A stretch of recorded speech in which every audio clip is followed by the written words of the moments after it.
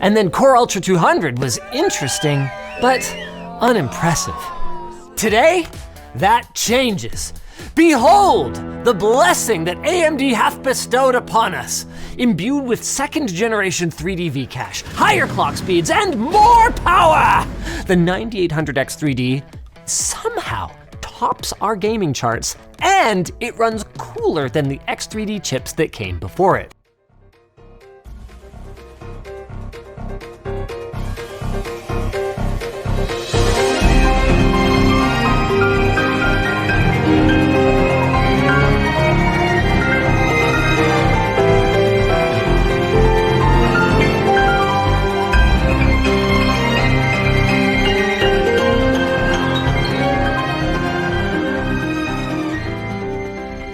Something interesting?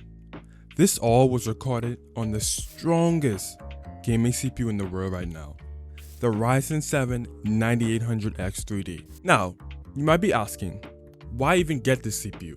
There's not really a good reason, to be honest. There's another CPU, the Ryzen 7 7800X 3D, that offers kind of the same performance, but I just wanted the better one. Why not test it on Minecraft, a CPU-based game, and see how far we can push the CPU. I have Lunar Client right here. Now, the good thing about Lunar Client is I can push it to get more FPS because it has the Optifine feature. I will be pairing this with a 4070 Ti, which should be more than enough to handle this. So, on a fresh Lunar Client version, we're loaded up. I didn't change any settings, so everything is probably maxed. It's on 32 chunks, everything's maxed. We're getting about 800 to 600 FPS. Which by any means is really good. Now, 500 FPS on max settings is really good, but I think we can push it some more. We're gonna turn chunks down to 2, max shadows all the way down. We're basically gonna turn everything down.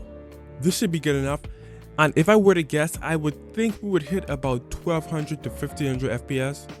I don't really know, but we're all on 1440p, so that does take a little bit of performance, but let's see.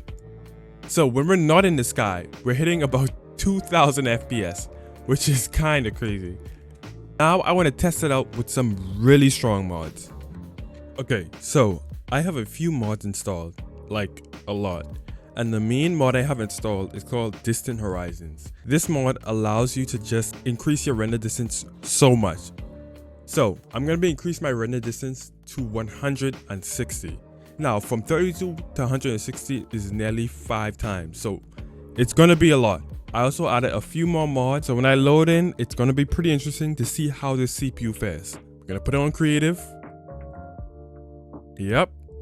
And let's see if it could even load this. Also, I did add 20 gigs of RAM for Minecraft alone. So you can't really run this if you don't have at least 32 gigs of RAM and a decent CPU.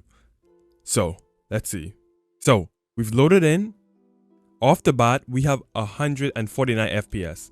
Now, the Distant Horizon mod has to load in, so I'm going to fly around, load it in, and let you see how it looks. With 160 render distance, this CPU can load it in with 160 average FPS, which is kind of crazy. So yeah, this is it. But when it's done rendering in, you should have no problem playing this with this CPU, which is kind of crazy. And you shouldn't even need 160 render distance, but this just goes to show that this CPU is pretty strong. But there is one more thing I want to show you. Now, I was going to save this for a while, but I've rendered in a world that some of you might know, some of you might not know. But this is a map that I think would look pretty good with this texture pack and with this render setting. Now, if you didn't know, this is the complete world from Breath of the Wild. Now, with this render settings, as you can see, it just looks pretty good. Now, if this video does manage to hit about 500 likes, which I know it won't, but if it does, I will fully rebuild the Breath of the Wild world, roam around, show you how good it looks, and maybe even play it. And surprisingly, in this world, the experience is way smoother. I don't know why, but it just feels way smoother. And if we were to do F3, you can see all the settings. It is using about 12 gigs of RAM, so I might have not even needed to add that much, but it's fine. But yeah, 300 render distance, 300, Yeah, so from 300 render distance, average of 82 FPS. Not bad. I mean, but damn.